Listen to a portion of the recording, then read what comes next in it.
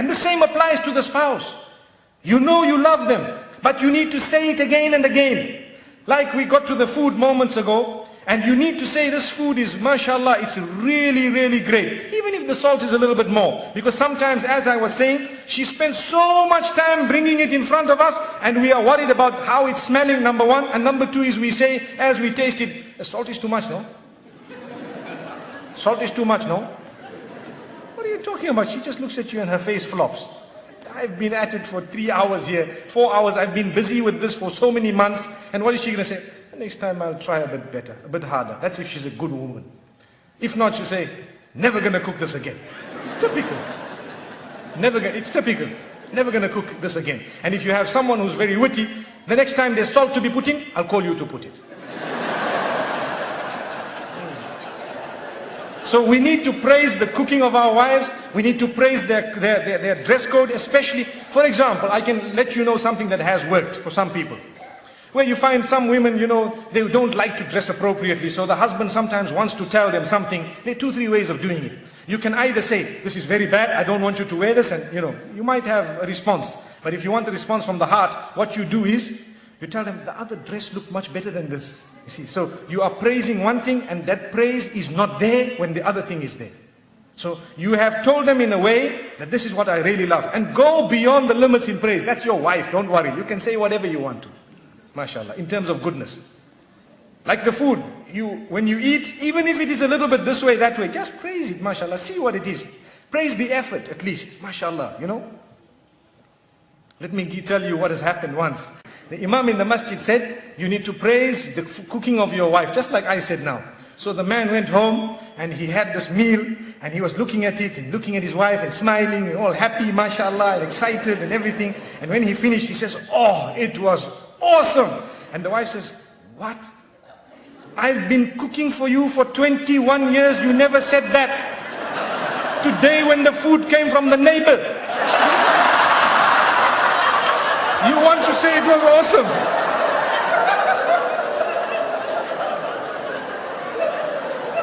So he says, oh, I'm sorry about that, I didn't know. Go home and praise the right people. Say good words to them. It will solve most of your problems. Utter the good words and protect your tongue from saying sweet words to those whom those words are going to pierce their hearts, and they are not going to be able to do anything halal about it. Remember what I've said. What's the point of going to someone whom you know already that you've already got your quota of 4 wives, mashallah. You say you're sitting and you're happy. And you go to someone else and you tell them, oh, I love you, you're so beautiful, you're so nice. And oh, wow, nobody's told me that before. Wow, so lovely and so on.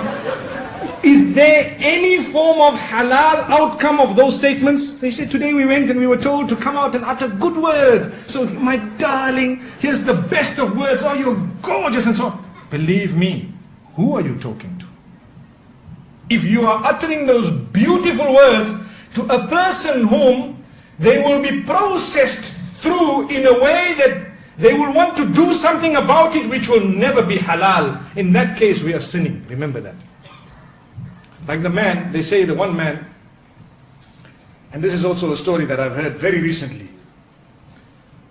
His wife tells him, listen, you know what, you have to tell me, you have to swear that you're going to be honest with me. He says, okay, I'm honest.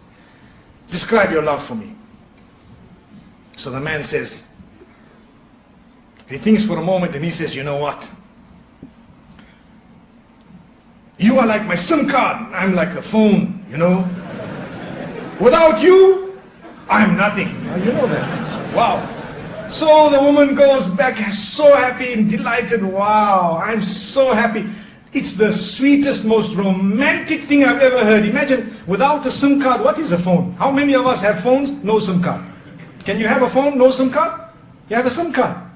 So then he walks out, and as he's walking out, he says, and she's saying, wow, most romantic word I've ever heard. He says, she doesn't know my phone has a quad SIM. Allah protect us. What a dirty mind. What a dirty mind. But this is the problem with us today. We want to utter words that just soothe people's minds when we don't really mean them sometimes. Why would he have spoken about a dual sim or a quad sim if he was sincere? He wouldn't even have uttered that. May Allah protect us. So the reason I raise this is, I know some of the brothers are nudging each other to say there is a quad sim in the market, you know that? But that does not make the relationship any better. We need to know that when you say beautiful words, you need to make sure that you are uttering them to the right person. And you need to make sure you are not being hypocritical by the will of Allah subhanahu wa ta'ala. For your spouse, it's an act of worship to utter words to make them smile, to make them feel desired, to make them feel they are the most important people in the world. There will come a time when you too will feel that definitely they are the most important people in this world.